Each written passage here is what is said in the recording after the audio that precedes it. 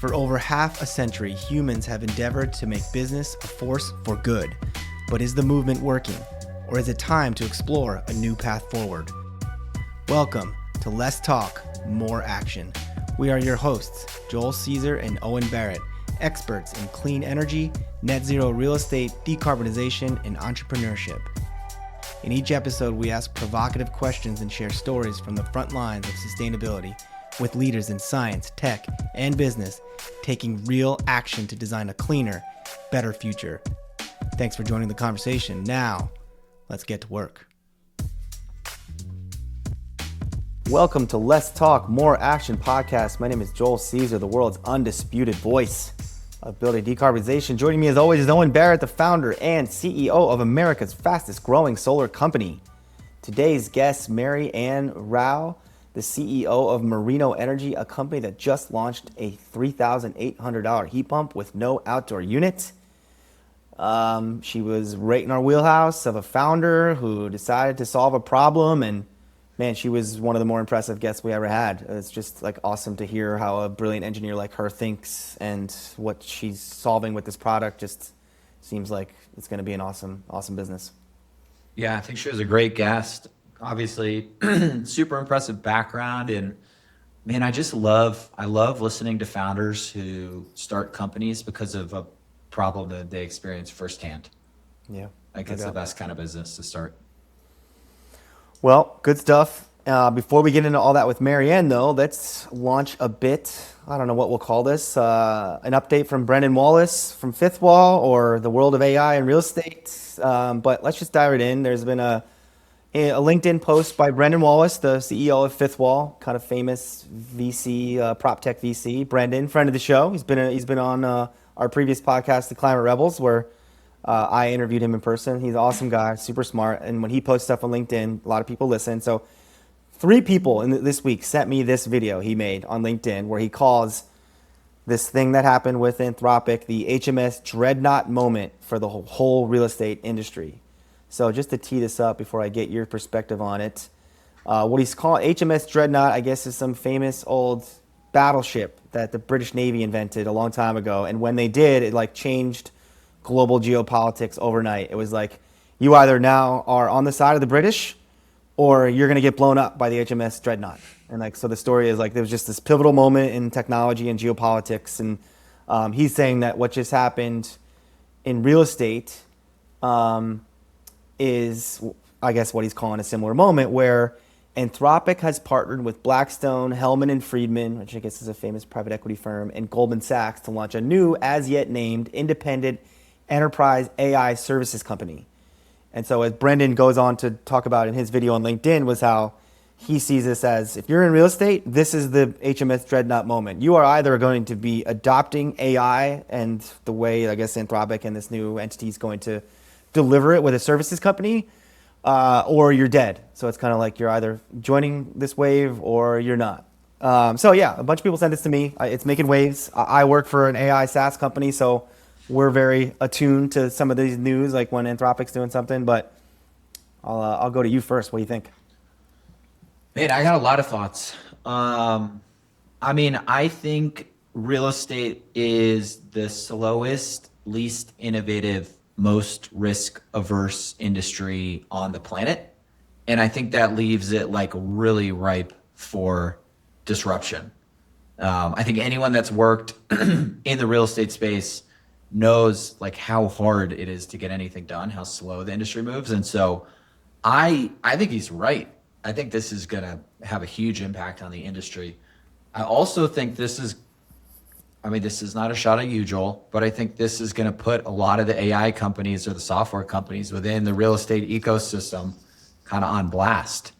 Like Anthropic sort of has a history of just chopping other SaaS companies down and spinning up something that's cheaper, faster, better. So I think it's going to be interesting to see how this whole thing plays out. But the big question too is like, is it going to get adopted? Like, there's been a lot of good solutions for real estate for a long time that get adopted so slowly, even though they make sense. So, well, this is what the jury's out. This is what they're trying to solve. Like this, I'm reading this. The purpose of this new firm is The firm will not act as a traditional consultant, but rather embed engineers directly inside organizations to redesign workflows and integrate Claude to boost productivity. Yeah, but that And so, requires buy-in, right? well, what's interesting about it is like there's been this narrative that AI is replacing consultants, replacing people. It's so powerful, and yet this is almost an admission by Anthropic.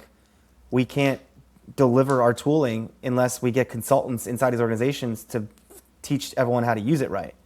And so it's even, I'm having this perspective. I sell an AI product every day, and I have been for over a year now. And you get different reactions, of course, and it's real estate as you're describing. It's so like, we're kind of going into it knowing it's a slow moving adoption cycle. But even our Cambio power users who have been using it the longest and love the product still need like constant guidance on like getting the most out of it. Like there's AI features that we have that they're not using. So I've even like, I tend to be provocative on LinkedIn just to like mess with people, but I've been like posting a lot of like, and this is because it benefits Cambio, like you don't need consultants anymore. Consultants are a waste of time. And definitely we go into organizations and try to sell against their existing consultant budgets. That's clear as day. I think that's well known. But I'm like turning a corner of, well, if Anthropic's admitting this, and I think OpenAI, as I've heard, is doing some kind of their own consulting operation, then maybe this is actually a moment when we need more consultants. It's change management. You got to teach organizations how to use this stuff if we're going to get the most out of it. Yeah, I think the consultants and the change management is what's going to lead to like the mass layoff though, right? Maybe, like if you can teach Anthropic to do leasing, you don't need leasing agents. If you can teach Anthropic to like, I don't know, there's probably a lot of different examples. I think I don't think it happens overnight, and I don't think you can just go full-blown AI right out of the gate. I do think you need to like embed yourself within an organization and learn the workflows and figure out how to automate them.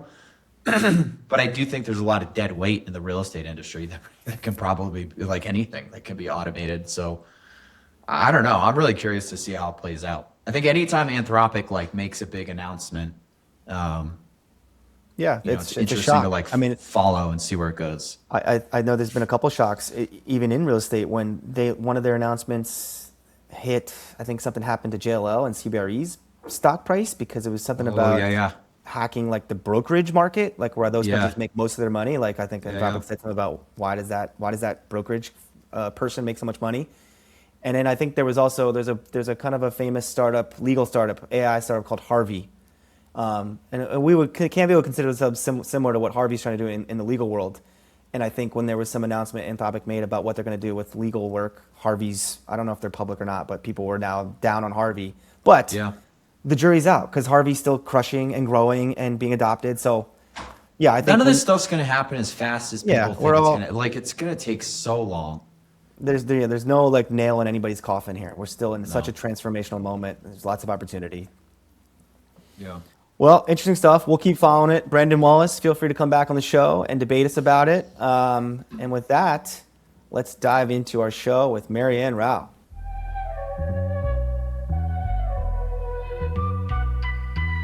Joining us today is Marianne Rao, CEO of Merino Energy, a company that just launched a $3,800 heat pump with no outdoor unit. Marianne is a firmware engineer turned entrepreneur. She started her engineering career at Tesla in 2015, where she wrote firmware for the Model X. She later joined a startup to build the world's first wireless earbuds at Doppler Labs, which eventually led her to working on AirPods. During her 6 years working at Apple, she shipped hundreds of millions of AirPods over her time. In 2024, Marianne decided to dedicate the rest of her career to working in climate tech.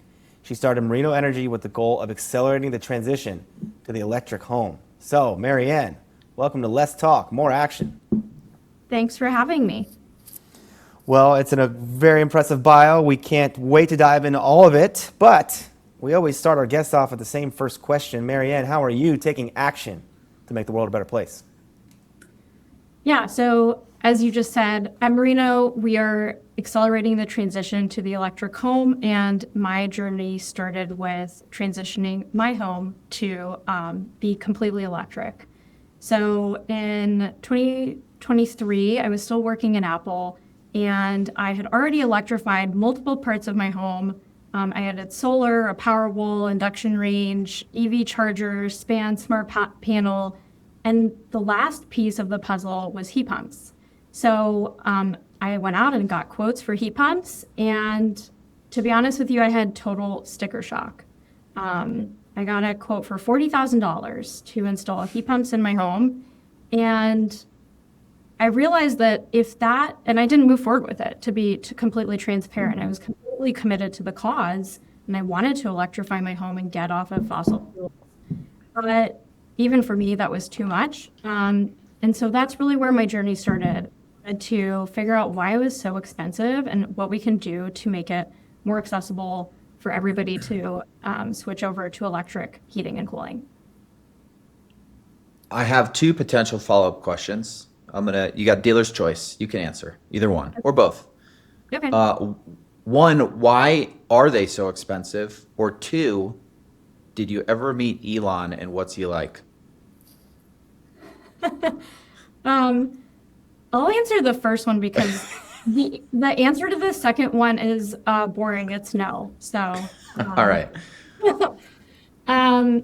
He walked around a lot when I was at Tesla, but I mostly kept my head down and avoided him. So why are heat pumps so expensive to install? What a great question. As I learned, it's actually not the cost of the hardware. So Tesla is such a great example to start with of a company that took technology that was previously very expensive and inaccessible to the masses. And with volume, right, they achieved economies of scale so that the Model 3 become a core that even, Uber drivers all around the country drive now.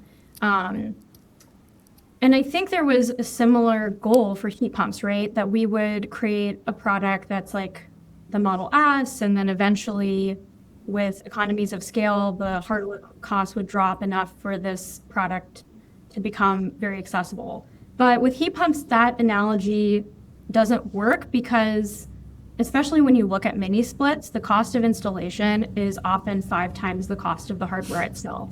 So it doesn't matter how cheap the hardware gets, you're still going to have really expensive installation costs if you have to do skilled labor like braze copper lines and fill those copper lines with refrigerant.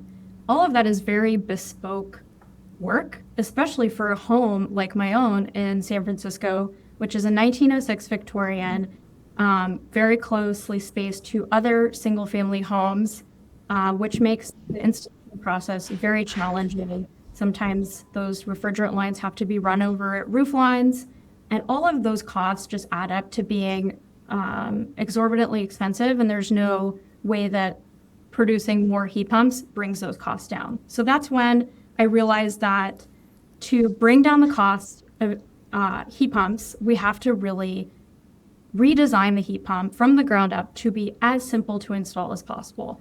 If you can make it less than an hour to install, then you actually can scale the product quickly, and you can bring down the total cost, including installation. And that's what we've done. So we have a product that is $3,800, including professional installation, which is a radical concept in this industry.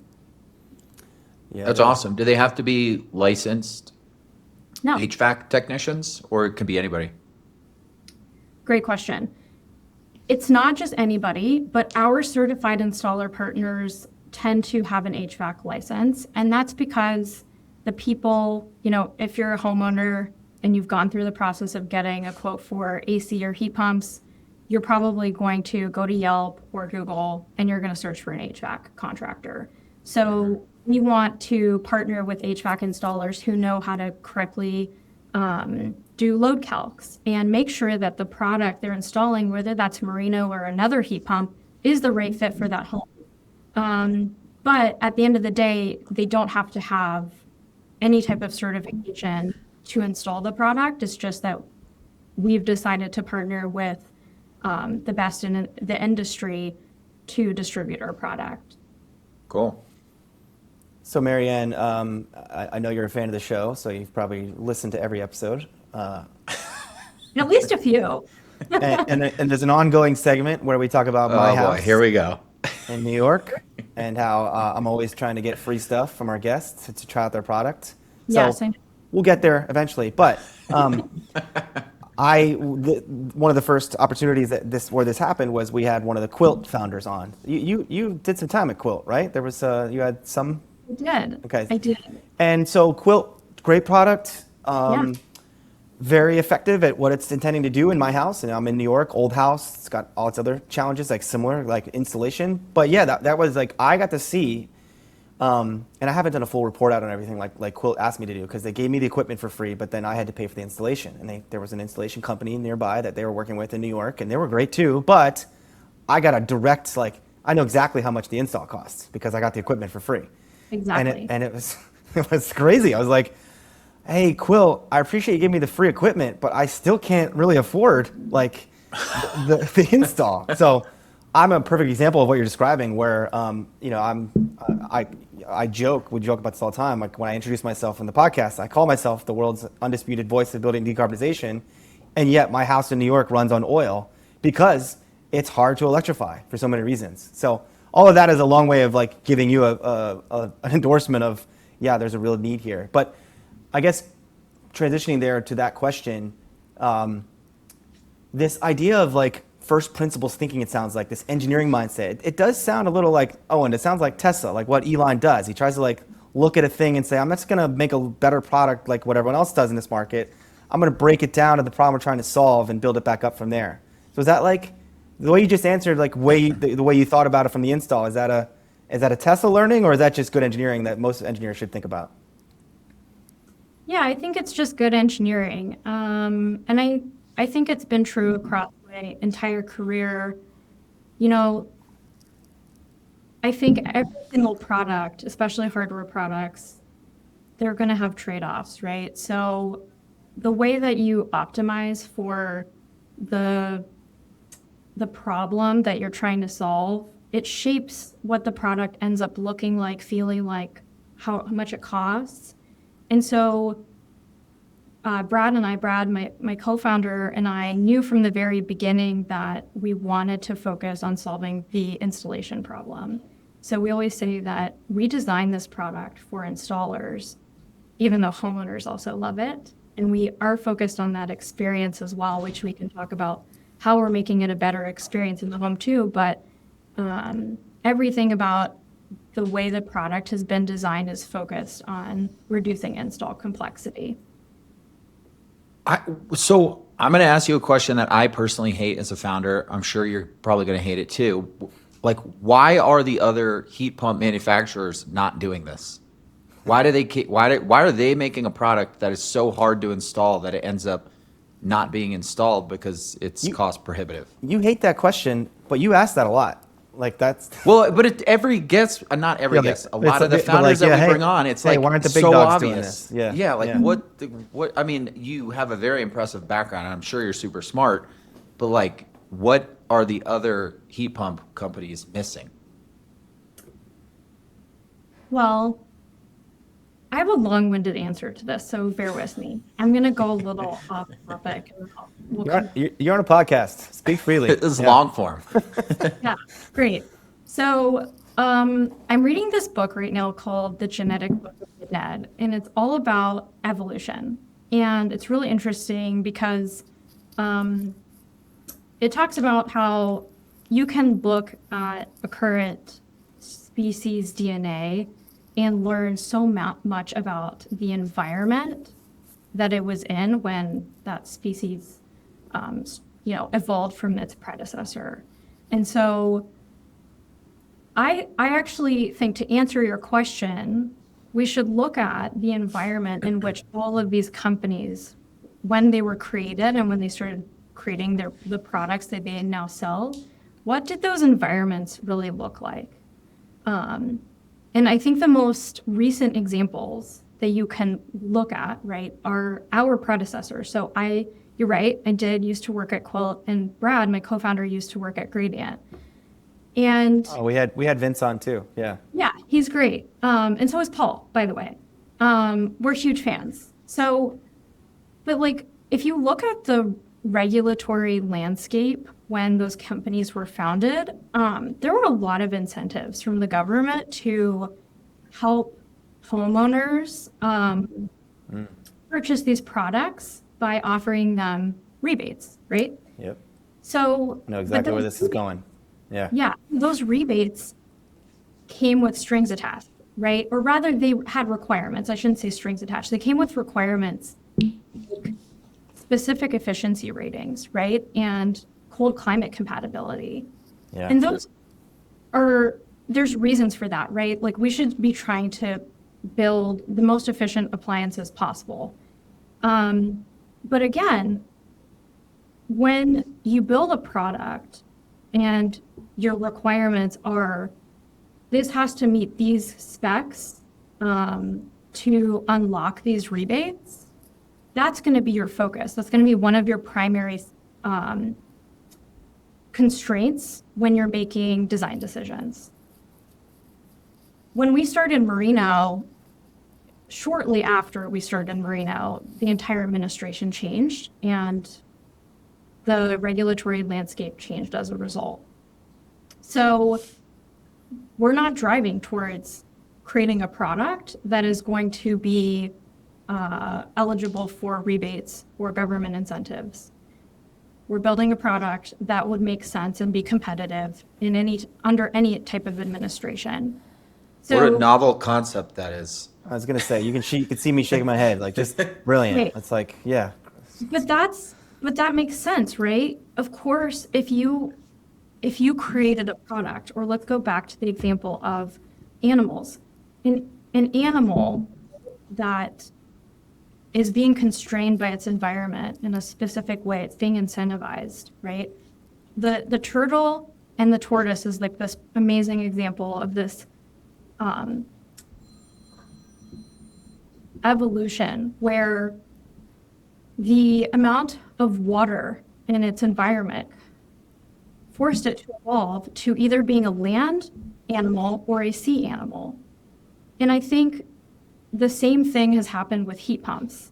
I think if we were in that same environment where we had to meet cold climate compatibility for the business to make sense, of course, then I think we would reconsider that as a spec.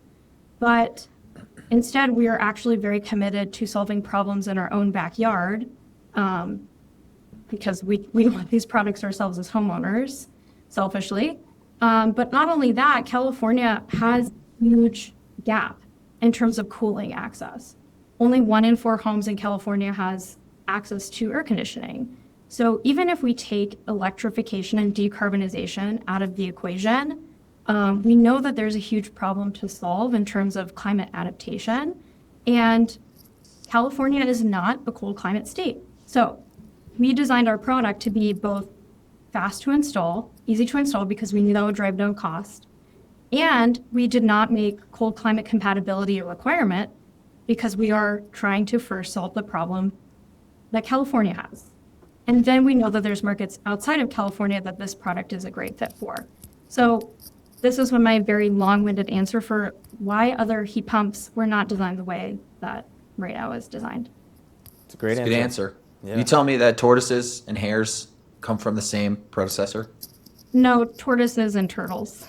Yeah, you weren't listening. Tortoises and turtles. Those are- Yeah, I wasn't this is listening. a land version of turtles. But I'm gonna check out this book. We're gonna add it to the Let's Talk More Action book list, the genetic book of the dead. I'm It's looking at it so right now on fascinating. Amazon. Yeah. Yeah, it's so fascinating. Well, Marianne, so let's if you don't mind, I'm gonna ask some more technical questions about the product. Sure. So I guess I'm no expert, but I've been working on electrification a while. I've electrified a couple homes. I have ductless mini splits in my LA home, a house I bought that didn't have air conditioning, like you said. There's a ton of those in Los Angeles. Yeah. And my first question is, there must be, it's a heat pump, so it's going to be creating condensation, and you don't have any, you plug it inside, right? So like what, I guess that's the dumb question. Is there condensation? Is that a problem? Not a dumb question at all. There is condensate, and we have a condensate management system that routes that condensate through the wall with a gravity-fed system. So there are actually 3 holes that you have to drill to install a merino on an exterior wall. The first 2, which are 6-inch vents, are for heat exchange. So one is for intake, one is for exhaust. The third, much smaller hole, is for condensate. And so you never have to deal with condensate as the owner. You should never have to think about that. Our installers will connect it to your existing drainage system in the home, and that's included as part of the all-in $3,800 cost. So you've seen my famous LinkedIn posts that start with week 33, in this case, your product, of sharing cool decarb tech I think the world should know about. And then we did a post about your product, and I did some of my own research and made the post accordingly. And then there was some interesting traffic comments under my post. And one of them being, so it's basically a PTAC. Someone was trying to be a smartass here, I guess. And I think you responded. But yeah, like, illuminate us. Like, Owen, we installed PTACs in the Oklahoma property, right? Yeah. So why is it not a PTAC, and why was that guy's question? Maybe to kind of educate us and the world a little bit about that distinction. Yeah. So for the audience, PTACs are those units that you might have seen in like an old hotel or motel. They're typically installed under a window. They might have been like this beige color, and the exterior view of the PTAC is typically like a big rectangle, because the way that PTACs are installed is completely through the wall. That means the entire unit has to be, the cutout has to cut through studs, which requires reframing. So again, going back to our focus on simplifying installation, if we had gone down the path of making just another PTAC, we would have said, this is fine. It's a lot easier for me to go, take an existing PTAC and sell that than to go through the tough engineering process that we're going through right now to build a product that is significantly simpler to install than a PTAC. Our product has 2 vents that can straddle studs, and that's intentional. We are not doing a rectangular cutout because that would be more expensive to the end customer to install. By straddling the studs, you have no reframing. You can do the installation process with standard off-the-shelf tools, like a hole saw, which is very appealing to installers as well. So that's like the main difference at a very high level between the Merino Mono and a PTAC. I would say that I'm not surprised that people have asked that question, because from the outside, from the way that the unit looks from the inside of the home, it has some resemblance in the sense that there's no outdoor unit, but I think that's really where the comparison ends. So clarifying, it has to be installed on an exterior wall, though. Yes, that's right. Okay. Very cool stuff about the product itself. I'm sure we're going to have more. We'll circle back. But let's make sure we Wait, can I get ask you a to- question? Sorry, can I ask you a question? Well, Did you have to raise money? You can't just interrupt, Let you can't me just interrupt me in the middle of my thing. just came to me. No, it's a great question. You're gonna love it. Go ahead. Did you have to raise money for this venture? Yes.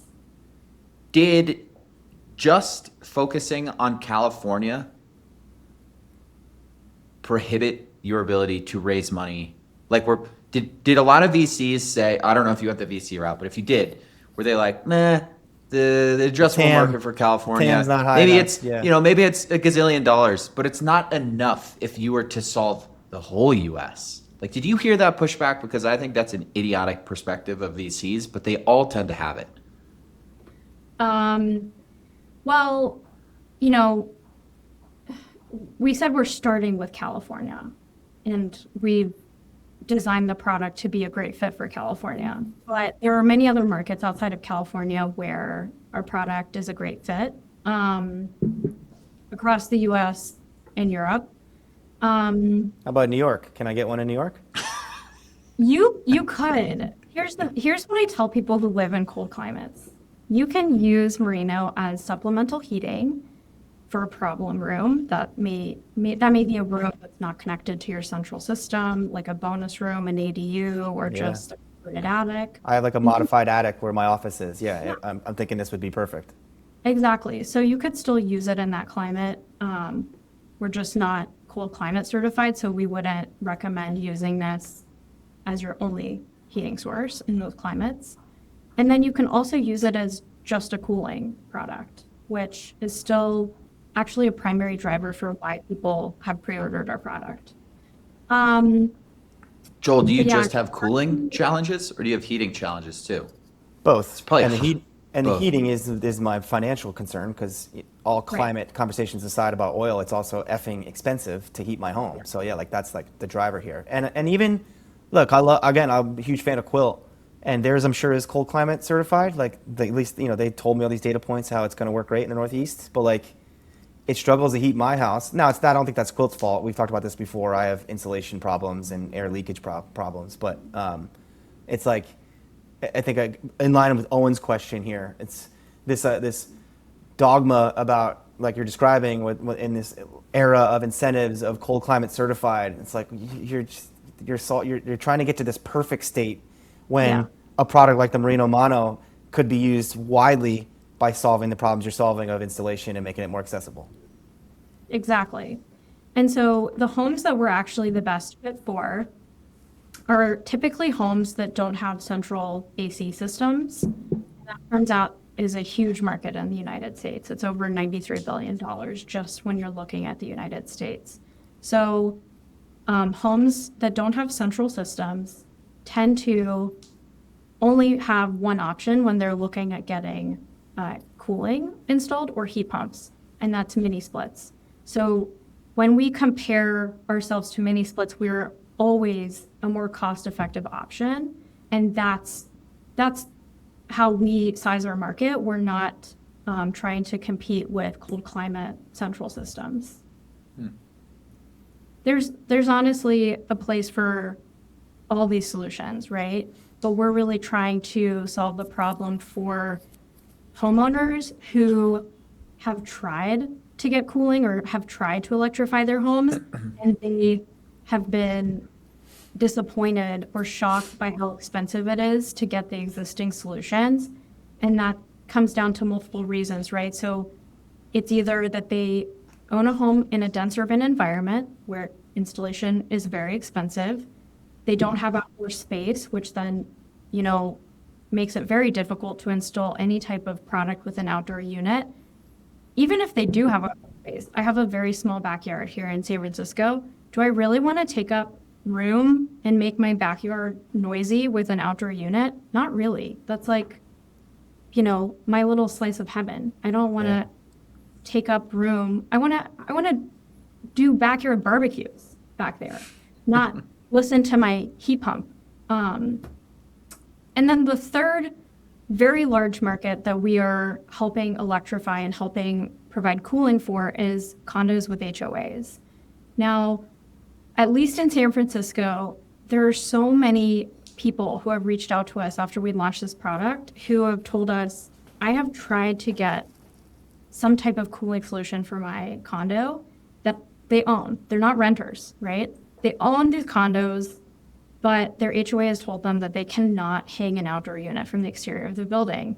And sometimes that's because they're trying to preserve the historic nature of the building, or, there's other reasons, but generally speaking, condos with HOAs are a really great fit for Merino because you just have to drill these 2 vents through the wall. And there's usually a precedent for that, which is the vents that you need to install for laundry. So if your building was okay with you installing laundry vents, then there's usually a very strong case that you can make to your HOA that this is a product they would approve as well. So it's really opening up markets that mini splits haven't even been able to crack yet.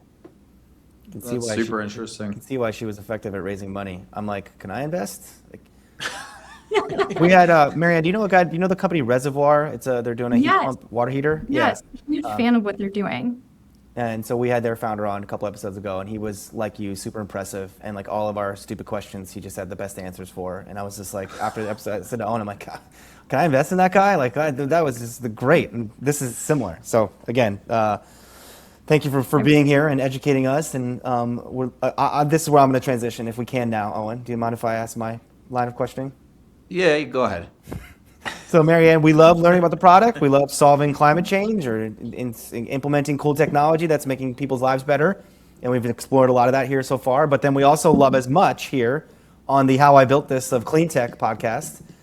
You're learning about your story, your journey. So your bio, super impressive about you know, firmware engineer, Tesla, Apple, AirPods, and now you founded a heat pump company. So we get a little bit of the gist of why, but yeah, tell us that journey. How's that going? What was the moment you decided to become an entrepreneur? Yeah.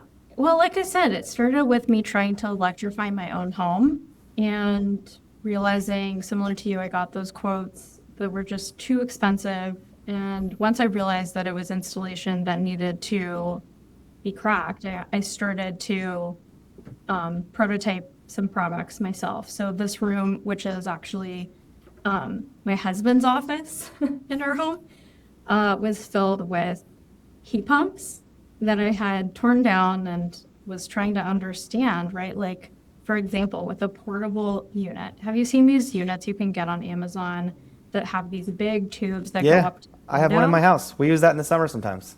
Okay. Yeah. Which right. is why I'm going to keep bugging you that I need a Merino Mono. But yeah, keep going. That's right. So These machines are insanely stupid. Not stupid, but like ugly and annoying. Right. So they don't inspire, like, you know, they're not inspiring to put in your home, but they do solve a problem, which is, I mean, you use it, you bought it for a reason and you use it, which tells me something very clear. There's a gap in that market, right? You chose to buy something that you're not super inspired by or proud to have in your home, but you bought it because there was no alternative. So, and it was at the right price point. Yeah, those are So usually all like those- a couple $100, right? Right. Get them at Home Right. Depot. Yeah. Exactly. So that's exactly that was the epiphany I had. We had this portable unit that had the really big, ugly window tube. And You know about these, Owen? You know what she's talking about? Yeah, yeah. They're like on wheels, right? Usually, because yeah, We've had it. wheels. Yeah, I've had them. yeah, And, we've all had them. Yeah. yeah, and a lot of them only work with a certain type of window too. So I had to buy like one that had an adjustable attachment because I have a window that is not a sash window, but the sliding window Yep. opens horizontally, right? And it was just such a pain to install it, but it really was effective when there was a heat wave in San Francisco and I had no cooling, because of course, over 50% of the homes here in San Francisco do not have any form of cooling. So I was actually very inspired by this portable unit, and I was thinking to myself, okay, if this costs $400, $500 on Amazon, that means that all the components in this product that are able to cool down my room, they could be rearranged, right? To be put into a form factor that is, you know, easier to install, can be permanently installed. And that's really where my journey began, as I started tearing apart these lots of different types of heat pumps, portable units, mini splits, and trying to understand what kind of layout and system integration that we could do that would result in a product that could be permanently installed for a fraction of the price. So you're like physically taking them apart. Yeah. I have lots of pictures of this room being filled with heat pump components. And That's awesome. yeah, my husband was so supportive and so patient. But at one point he did tell me I needed to give him his office back and go find an office. Well, when you were doing this, did you like break free from a day job and say I'm dedicating my time to this, or was it like a side hustle at a certain point? Like when you were taking apart heat pumps, were you still at Apple? Like what were you doing then? Yeah. I had left Quilt by that point. So yeah, I was on what they call, like a fun employment. It was the first time in my life that I didn't have a job, and I actually wasn't really sure what I was going to do. But I knew that I wanted to work on a solution that would be able to scale to the same type of scale that we've seen with AirPods, right? Hundreds of millions of units. They're ubiquitous around the world. You're wearing them right now, Owen. I love my AirPods. Nice work. Yeah. Thank you.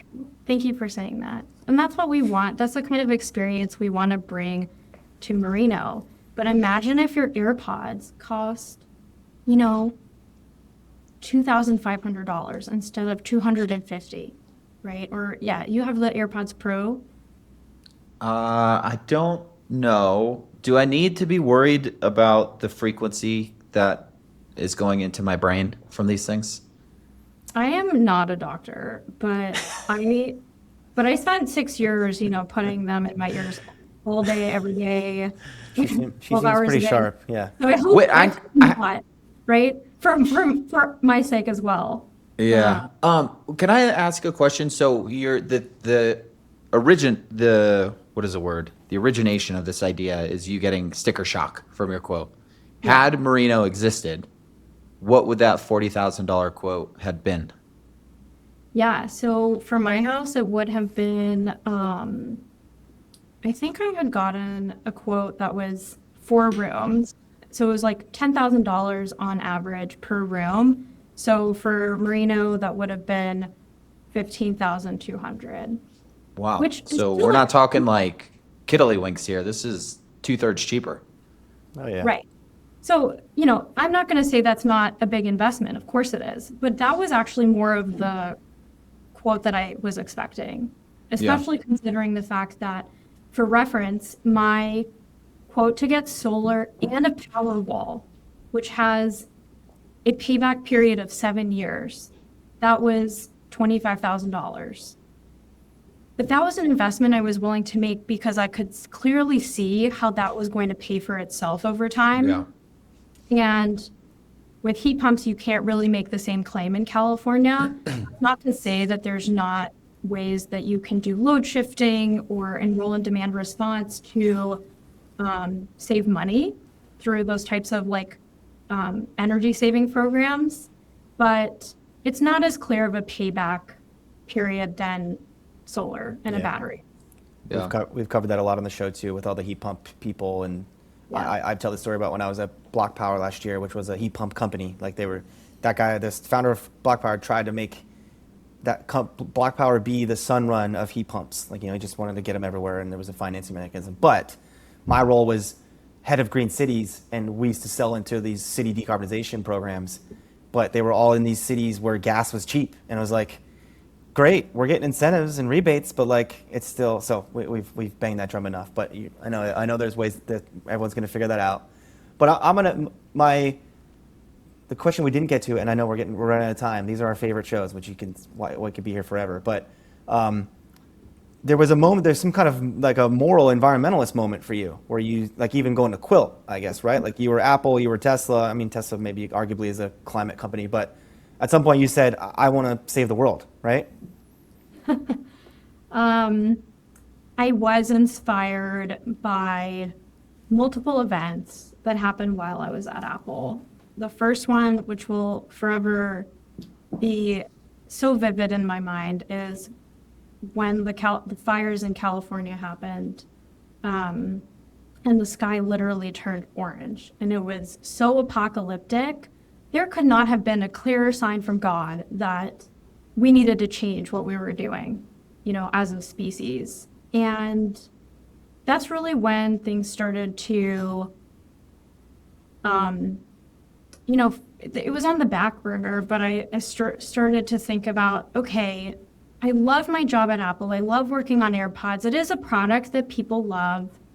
But am I, Marianne, going to have much of an impact staying at Apple, helping ship yet another generation of AirPods?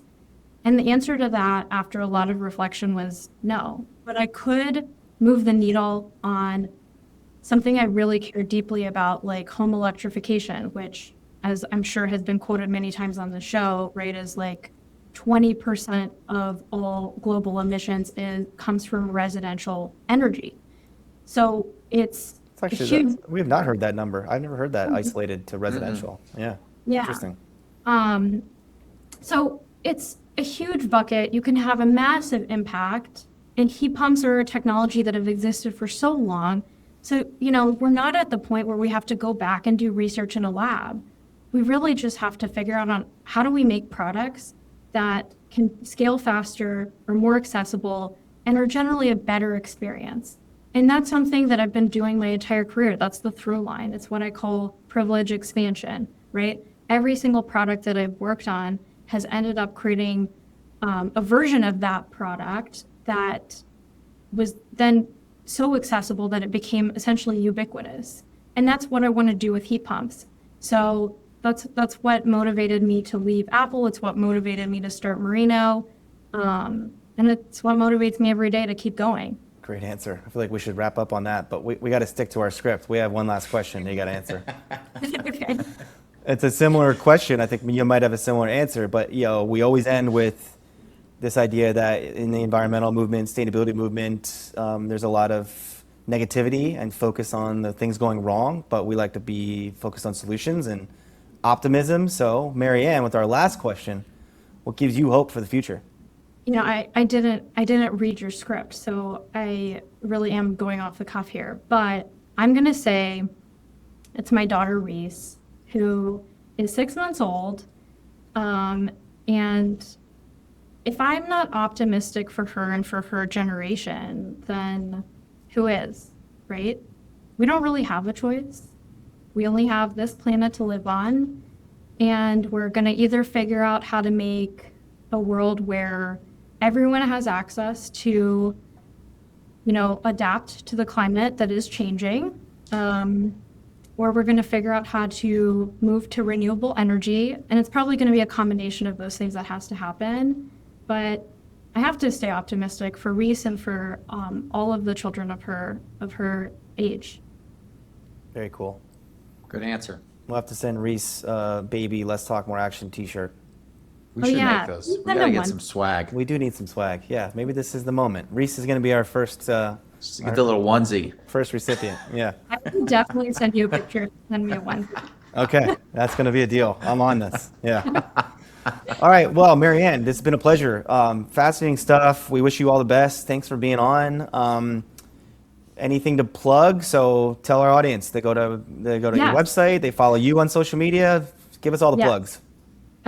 So first, go to merinoenergy.com. You can place your pre-order for the Merino Mono. We are going to be shipping that product in winter of 2026. We already have a very long wait list, so now's the time to get on that wait list if you'd like to have access to the product first. And beyond that, I post on LinkedIn occasionally about our journey. And then we do have an Instagram that we are starting to get off the ground, so you can follow us on Instagram as well. Nice. Great stuff. Well, Marianne, again, thank you. Owen, thanks for being here as always. And thank you to our audience. You can find Owen and I on LinkedIn, usually actively antagonizing the more talk, more complaining sustainability crowd, which, Marianne, you are not part of. You can find this podcast and more great content at letstalkmoreaction.com. If you like the show, please subscribe, like, and share with your friends. And until next time, we encourage you to ask yourself, what are you doing to take action to make the world a better place?